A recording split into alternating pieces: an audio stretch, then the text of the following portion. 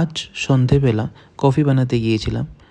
Coffee বানিয়ে যখন বারান্দায় গিয়ে 2 চুমুক কফি খেলাম, তখন হঠাৎ মনে হলো আবার ব্লগটা শুরু করা যায়। তারপর ভাবলাম যেখান থেকে শেষ হলো সেখান থেকেই আবার রিস্টার্ট করি।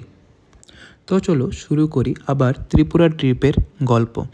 বাড়ি গিয়ে প্রথম 2 দিন খুব ভালো করে কাটালাম। তারপর এলো ভ্যালেন্টাইন্স ডে উইক। আর ভ্যালেন্টাইন্স ডে এর দিনটা একদম স্পেশাল ছিল। সেদিন সন্ধ্যাবেলা ঠাকুমা আর আমার ওয়াইফ সুইটি মিলে পিঠা বানাচ্ছিল। প্রথমে সিদ্ধ পুলি, তারপর ডিসাইড হলো দুধ পুলি বানানো হবে। প্রসেসটা প্রায় একরকম হওয়ায় কোনো সমস্যা হয়নি। পিঠার সবচেয়ে সুন্দর জিনিস হলো এর শেপ। ঠাকুমা যেভাবে আঙ্গুলের ছোঁয়ায় এত সুন্দর ডিটেইলিং করে, ভিডিওতে দেখেই বুঝতে পারছো।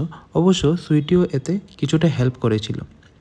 তারপর পিঠাগুলি দুধে দিয়ে ধীরে ধীরে জাল দেওয়া হলো। তারপর দুধটা যখন একটু ঘন হতে শুরু করলো, তখন বুঝতে পারলাম যে পিঠাটা প্রায় হয়ে গেছে।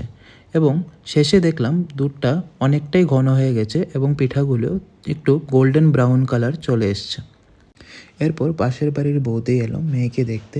আমাদের ছোট্ট পরী ওদের সাথে অনেকক্ষণ খেলাধুলা করলো। বৌদির সাথে অনেকটাই গল্প হলো, খুবই মজা লাগলো।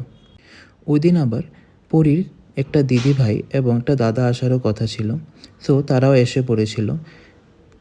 পরীর দিদিভাই হলো আমার পিসাত্তত ভাই অমিত মেজদার মেয়ে, আর ও পরীর থেকে 25 দিনের বড়।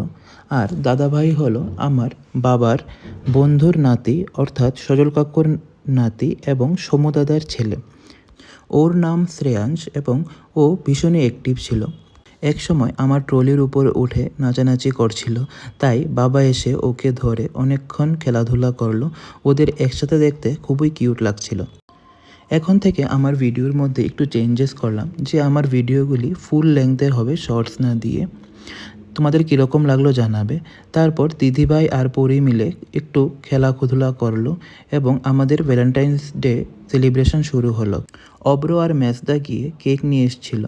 সো এবারের ভ্যালেন্টাইন্স ডে একটু ফ্যামিলির সাথে কাটলাম, একটু স্পেশালভাবে।